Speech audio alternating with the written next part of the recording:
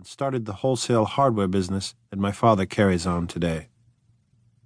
I never saw this great-uncle, but I'm supposed to look like him, with special reference to the rather hard-boiled painting that hangs in Father's office.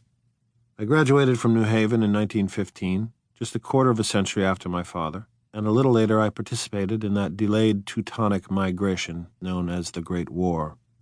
I enjoyed the counter-raid so thoroughly that I came back restless. Instead of being the warm center of the world, the Middle West now seemed like the ragged edge of the universe, so I decided to go east and learn the bond business. Everybody I knew was in the bond business, so I suppose it could support one more single man. All my aunts and uncles talked it over as if they were choosing a prep school for me, and finally said, "Why, yes," with very grave, hesitant faces.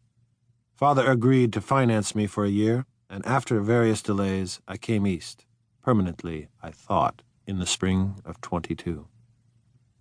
The practical thing was to find rooms in the city, but it was a warm season, and I had just left a country of wide lawns and friendly trees, so when a young man at the office suggested that we take a house together in a commuting town, it sounded like a great idea.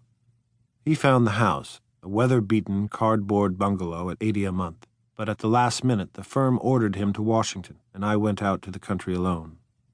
I had a dog, at least I had him for a few days until he ran away, and an old Dodge, and a Finnish woman who made my bed and cooked breakfast and muttered Finnish wisdom to herself over the electric stove.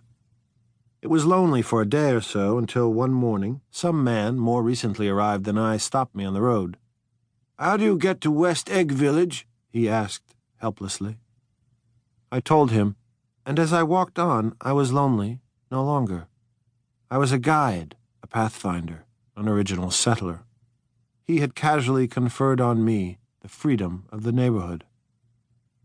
And so, with the sunshine and the great bursts of leaves growing on the trees, just as things grow in fast movies, I had that familiar conviction that life was beginning over again with the summer.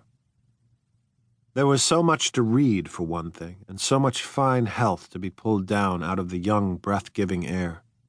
I bought a dozen volumes on banking and credit and investment securities, and they stood on my shelf in red and gold like new money from the mint, promising to unfold the shining secrets that only Midas and Morgan and Maecenas knew. And I had the high intention of reading many other books besides. I was rather literary in college. One year I wrote a series of very solemn and obvious editorials for the Yale News, and now I was going to bring back all such things into my life and become again, that most limited of all specialists, the well-rounded man. This isn't just an epigram. Life is much more successfully looked at from a single window, after all. It was a matter of chance that I should have rented a house in one of the strangest communities in North America. It was on that slender, riotous island which extends itself due east of New York and where there are, among other natural curiosities, two unusual formations of land.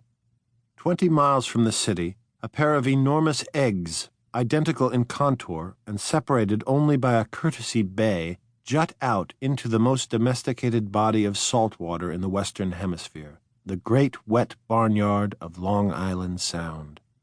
They are not perfect ovals. Like the egg in the Columbus story, they are both crushed flat at the contact end, but their physical resemblance must be a source of perpetual confusion to the gulls that fly overhead.